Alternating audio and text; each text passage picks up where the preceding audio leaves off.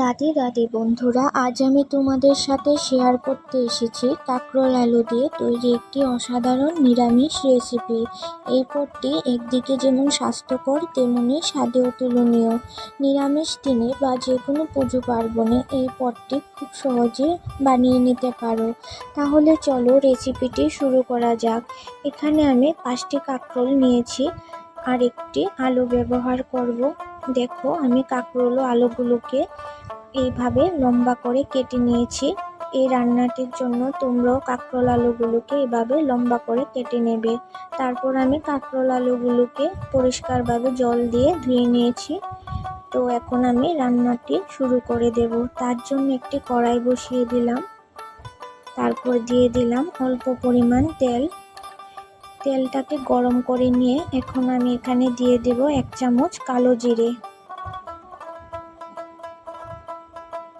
কালো জিরেটা তেলের মধ্যে একটু ফুটে আসলে তারপর এখন দিয়ে দেব আমি একটি গোটা শুকনো লঙ্কা। এবার ফোড়নটাকে আমি একটু হালকা আঁচে ভেজে নেব। ফোড়নটা ভাজা হয়ে গেছে, এখন আমি কেটে রাখা কাঁকরোল আলুগুলো কড়াইতে দিয়ে দেব।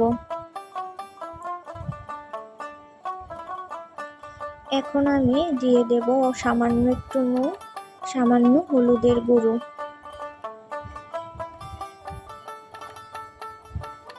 নুন ও হলুদ দিয়ে কাঁকরোল আলুটাকে আমি অল্প আঁচে হালকা করে ভেজে নেব।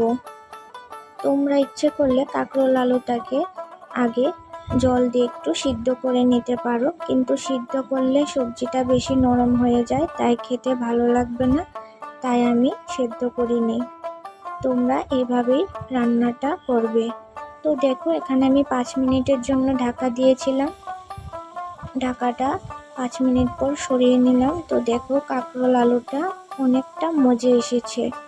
এখন আমি কাঁকরোল আলুটাকে একটু নেড়ে চেড়ে দিয়ে দেব আদা বাটা।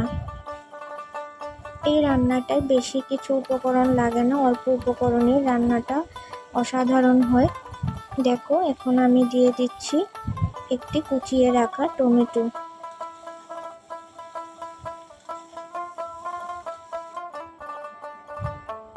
এখন আমি এখানে গুঁড়ো মশলা অ্যাড করব। প্রথমে দিয়ে দিলাম 1 চামচ হলুদের গুঁড়ো, তারপর দিয়ে দিলাম 1 চামচ লঙ্কা গুঁড়ো, তারপর দিয়ে দিলাম আধা চামচ জিরে গুঁড়ো, তারপর দিয়ে দিলাম আধা চামচ ধনিয়া গুঁড়ো। সবশেষে দিয়ে দেব অল্প একটু নুন। যেহেতু আমি ভাজার সময় নুন দিয়েছি, তাই আমি এখন অল্প নুন অ্যাড করলাম। এখন আমি মশলাগুলোকে কাঁকরোল আলুর সঙ্গে ভালোভাবে মিশিয়ে নিয়ে নেড়ে চেড়ে একটু জল অ্যাড করে দিলাম। জলটা দিয়ে তারপর আমি সবজিটাকে নেড়ে চেড়ে নিয়ে তারপর আমি 5 মিনিটের জন্য আবারও ঢাকা দিয়ে দেব। ঢাকা দিলে মশলাটাও কষে যাবে আর কাঁকরোল আলুটাও হালকা একটু নরম হয়ে আসবে। তো দেখো, আমি 5-6 মিনিট পর ঢাকাটা সরিয়ে নিলাম আর আবারও কাঁকরোল আলুটাকে মশলার সঙ্গে মিশিয়ে একটু নেড়ে চেড়ে নিচ্ছি। মশলাটা ভাজা হয়ে গেছে, এখন আমি ঝোলের জন্য 1 কাপ জল দিয়ে দিলাম। ঝোলের সঙ্গে কাঁকরোল আলুটাকে ভালোভাবে মিশিয়ে নিয়ে নেড়ে চেড়ে এখন আমি